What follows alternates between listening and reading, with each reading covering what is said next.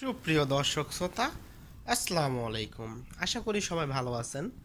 তো আমি আপনাদের দোয়ায় ভালো আছি। তো আজকের ভিডিওর মূল উদ্দেশ্য হচ্ছে, অনেকেই এখন হাট থেকে গরু কিনেন। আর তো গরু কেনার ক্ষেত্রে বাসায় গরুকে হাট থেকে গরু কিনে এনে কী কী যত্ন দিতে পারেন আপনারা, বা কীভাবে কী করলে ভালো হয় সেই সম্পর্কে আজকে আপনাদেরকে কিছু তথ্য দেওয়ার চেষ্টা করবো ইনশাআল্লাহ।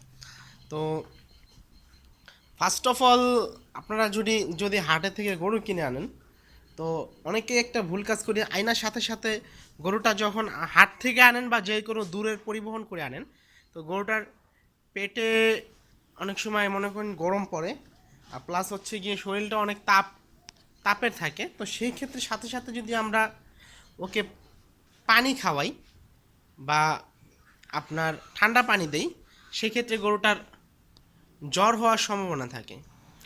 আর আরেকটা বিষয় হচ্ছে গিয়ে, যদি আমরা করি, যদি সাথে সাথে এনে আমরা গোসল করে ফেলাই, মানে গোসল করায় ফেলাই, তো সেক্ষেত্রেও আপনার গরুর জ্বর আসতে পারে বা ইমিউনাল ফিভার হইতে পারে বা এফএমডিও হয়ে যায় ওইখান থেকে। তো সেক্ষেত্রে আমরা কি করতে পারি, তো ফার্স্ট অফ অল আমরা যে কোনো দূর থেকে যদি গরু জার্নি করে আনি, যানবাহনের মাধ্যমে আনি, আর হাট থেকে কিনেই যদি আনি সাপোজ, তো ফার্স্টে এনে গরুটাকে আপনার 2-3 ঘন্টার মতো রেস্ট দিবেন, কোনো খাবার পানি কিচ্ছু দিবেন না। তারপরে গরম করে কুমকুমা গরম পানি দিয়ে আপনারা হালকা দানাদার খাবার দিতে পারেন। যদি পেটে সমস্যা থাকে সেক্ষেত্রে পাতলা পায়খানার ওষুধ দিতে পারেন, যদি পাতলা পায়খানার সমস্যা থাকে। আর তারপর হচ্ছে গিয়ে আপনারা চাইলে গোসল করাইবেন না, ওই দিন না করাইলে ভালো। হাত পা পটাশের পানি দিয়ে ধুয়ে দেবেন। শরীরের তাপমাত্রা নিয়ন্ত্রণে আসার পরে আপনারা চাইলে গোসল করাই দিতে পারেন। তো এইখানে দেখেন, আমাদের এই যে গাভীটা, এটা আমরা হরজতপুর পাড়াগ্রাম হাট থেকে কিনে আনছি। এই গাভীটা সবচেয়ে বড় গরু হাটের, আমি বলছি। আর এমনিও আমার ফার্মের মধ্যেও সবচেয়ে বড় গরু। এটার মাংস প্রায় 7-8 মনের কাছাকাছি হবে। তো এই যে এখন দেখেন, এটার মাঝখানে আমরা ট্রিটমেন্ট দিছি। আপনারা জানেন এটার জরায়ুতে সমস্যা ছিল, গর্ভফুল ঠিকমতো পড়ে নাই। তো সেক্ষেত্রে 7 দিনের ট্রিটমেন্ট কোর্স করছি আমরা। আজকে 8 দিন চলে। তো আলহামদুলিল্লাহ গরুটা দেখেন আপনাদের সামনে রেজাল্ট, খুব সুন্দর জাবর কাটতেছে। তো এটার জরায়ু পড়ে নাই সেটা আমরা বুঝছি কীভাবে, গরু যখন আনছি স্বাভাবিক যেরকম রক্ত, কাঁচা রক্ত ভাঙে বা ময়লা ভাঙে সেরকম না, পচা রক্ত মিউকাস ভাঙতেছে, পচা মল।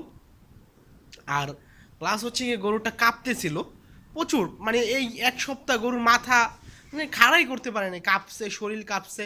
তো সেক্ষেত্রে আমরা অ্যান্টিবায়োটিক ইউজ করতে বাধ্য হয়েছি।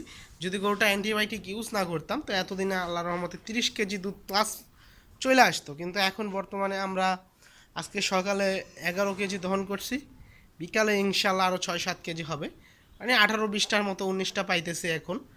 আর ভবিষ্যতে ইনশাল্লাহ আরও আশা করতেছি।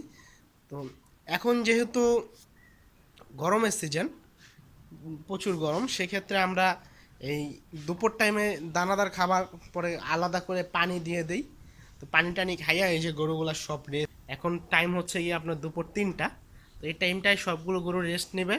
তারপরে আমি 4টা বাজে এটাকে দহন করব, 4টা-5টার দিকে দহন করলে ইনশাল্লাহ 7 কেজি, যদি 5টায় দহন করে 8 কেজি দুধ হবে। এটা ঘন্টা হিসাবে দুধ হয়, প্রতি ঘন্টায় 1 কেজি দুধ হয়। তো আশা করি সবাই বুঝতে পারছেন বিষয়টা, হাট থেকে গরু এনে কি করা যাবে না। আর যাবতীয় যদি কোনো সমস্যা হয় যে কোনো সময় আমার সাথে আপনারা যোগাযোগ করতে পারেন, ইনশাল্লাহ যতটুকু সম্ভব সমাধান দেওয়ার চেষ্টা করব। আর এই যে দেখেন, এই যে এই গরুটার লাম্ফি হয়েছে পরে আমরা 2টা মেডিসিন ইউজ করতেছি, ইনশাল্লাহ এটা সাইরা গেছে এখন ভালোর দিকে। এটা হচ্ছে এটার মা, ওই বকনা বাচ্চাটা। আর আমার ঘরের যে বকনা, ওই যে ওটা দেখাইতেছি, এই যে এই গরুটার যে বকনা বাচ্চাটা হয়েছে, এটা রেড ফ্রিজিয়ান। আর এটার ঘরের আরেকটা রেড ফ্রিজিয়ান হয়েছে, দেখাইতেছে বিষয়টা। এই যে দেখেন, এটা হচ্ছে 100% বীজের রেড ফ্রিজিয়ান। এই যে শুয়ে বললো, ওর শরীরে খুব তাপ।